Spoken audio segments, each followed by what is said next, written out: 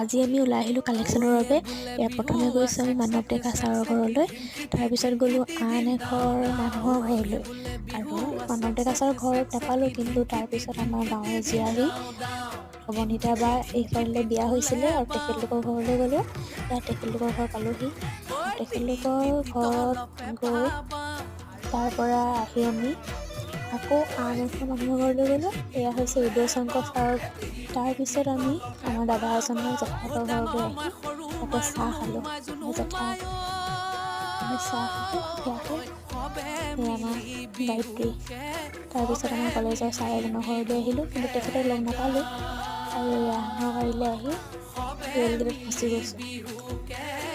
তাৰপিছত আহিলোঁ আমাৰ বাধা কৰা আমাৰ প্ৰেছিডেণ্ট প্ৰফুল্ল ছাৰৰ ঘৰলৈ।